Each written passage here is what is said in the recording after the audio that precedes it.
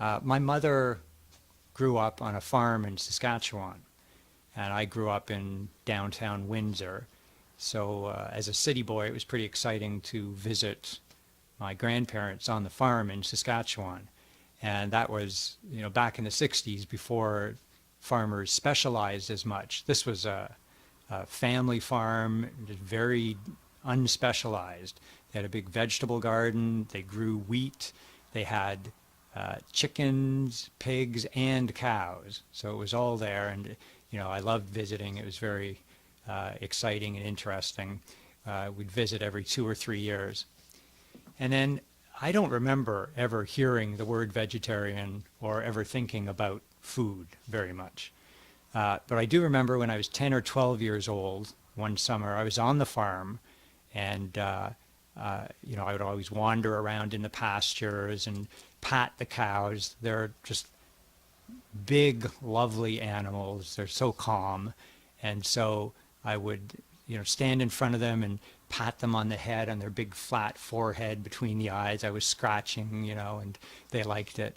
And I do remember it occurred to me at that point, I thought, this is weird. This animal here, it's a very nice animal, and I guess someday they're going to kill him and eat him. I'm going to eat him. And I thought that was very weird. That's, my first conscious memory of thinking that is weird. And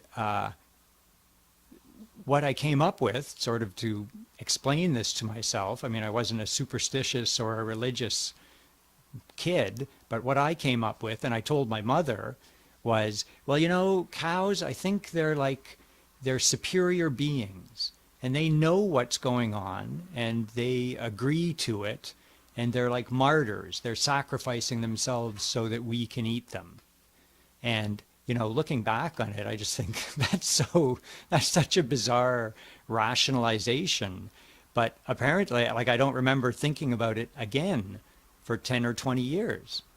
So, when I hear other people's reasons for not being vegans or not thinking about it, I really can't be too judgmental. I mean, I know that we tell ourselves strange things in order to get through life, or in order to keep doing what we find convenient to do. So fast forward 20 years, I met Stephanie, and she had already been a vegan, and I slowly changed. She didn't try to change me overnight, and I didn't, but I just slowly dropped more and more kinds of meat. And so, I stopped eating beef at a certain point, and at a certain point, and then at a certain point, that seems illogical, because okay, so instead of killing one cow, I'm killing 100 chickens. I mean, I don't know, is that better? Maybe not. So I slowly went along that path and became a vegetarian.